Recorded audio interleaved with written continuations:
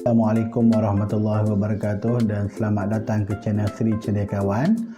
Pada hari ini saya nak membahaskan mengenai satu topik yang cukup menarik dalam sejarah Malaysia, iaitu mengenai Perdana Menteri China. Okey, benarkah wujudnya Perdana Menteri daripada bangsa China di Malaysia? Okey, kita akan ulas pada hari ini. Okey, sekitar tahun 1987 telah berlaku Perhimpunan Agung UMNO yang mana pada waktu itu berlaku pertandingan dua penjuru untuk merebut jawatan Presiden UMNO, iaitu Dr. Mahathir Mohamad dan juga Tengku Razali Hamzah. Okey, pertandingan ini sangat sengit di mana mereka hanya berbeza 43 undi sahaja, di mana Tun Dr. Mahathir Mohamad mendapat sebanyak 761 undi dan Tengku Razali Hamzah mendapat sebanyak 718 undi.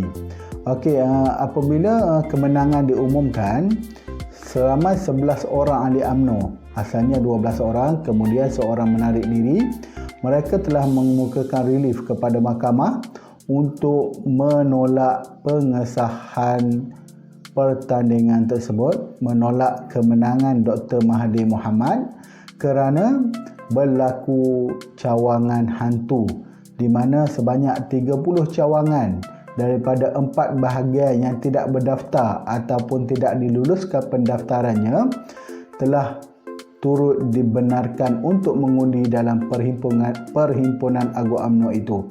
Ini telah menyebabkan kes ini dibawa ke Mahkamah Tinggi Kuala Lumpur, iaitu pada 4 Februari 1988. Hakim Mahkamah Kuala Lumpur iaitu Datuk Harun Hashim bukan sahaja mengisytiharkan keputusan Perhimpunan Agung UMNO itu sebagai tidak sah, tetapi Datuk Harun Hashim turut mengisytiharkan UMNO sebagai parti haram. Okey, ini telah menyebabkan Dr. Mahathir Mohamad sebagai Perdana Menteri pada waktu itu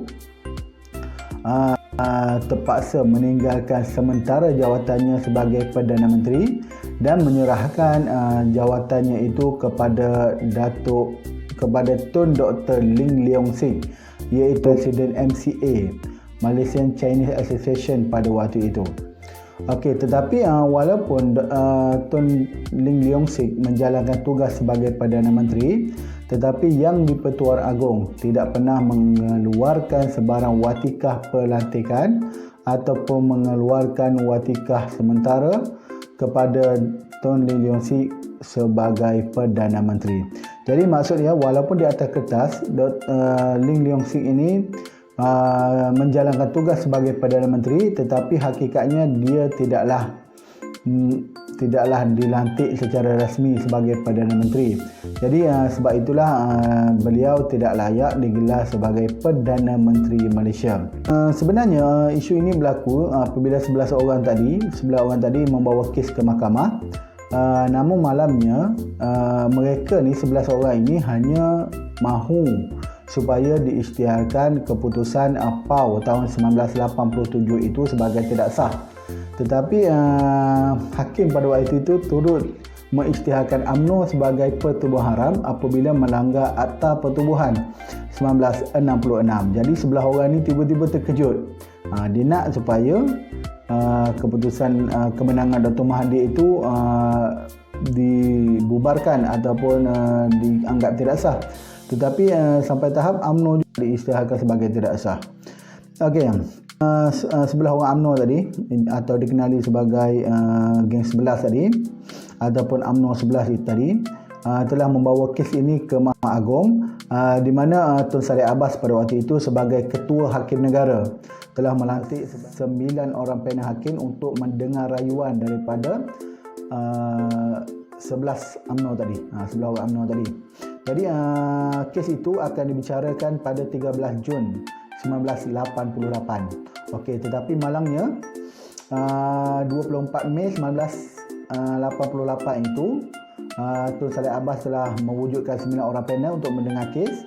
Pada 2 hari kemudian, iaitu 26 Mei, beliau telah dipecat daripada Ketua Hakim Negara. Jadi saya rasa ini mesti ada konspirasi Okey, sedangkan kes akan dibicarakan pada 13 Jun 1988. Okey, apabila dibuang daripada Ketua Hakim Negara, Tun Sadiq Abbas telah bertanding dalam pilihan raya tahun 1995 dalam pilihan raya di Lembah Pantai melawan Syarizat Jalil, dan tetapi beliau tewas dengan majoriti 13,361 undi. Pada waktu itu beliau mewakili Parti Semangat 46 di bawah Kuli lah, di bawah Tengku Ghazali. Dan pada tahun 1999 sekali lagi beliau bertanding atas tiket PAS di Dun Jertih Besut, iaitu tempat kelahiran beliau, dan beliau telah berjaya memenanginya dan menjadi ahli Dewan Undangan Negeri Terengganu 1999 dan sehingga 2004, sehinggalah beliau tewas. Dan Terengganu juga kalah pada waktu itu dan berjaya dimenangi oleh UMNO semula. Okey, saya harap perkongsian ini bermanfaat. Assalamualaikum warahmatullahi wabarakatuh.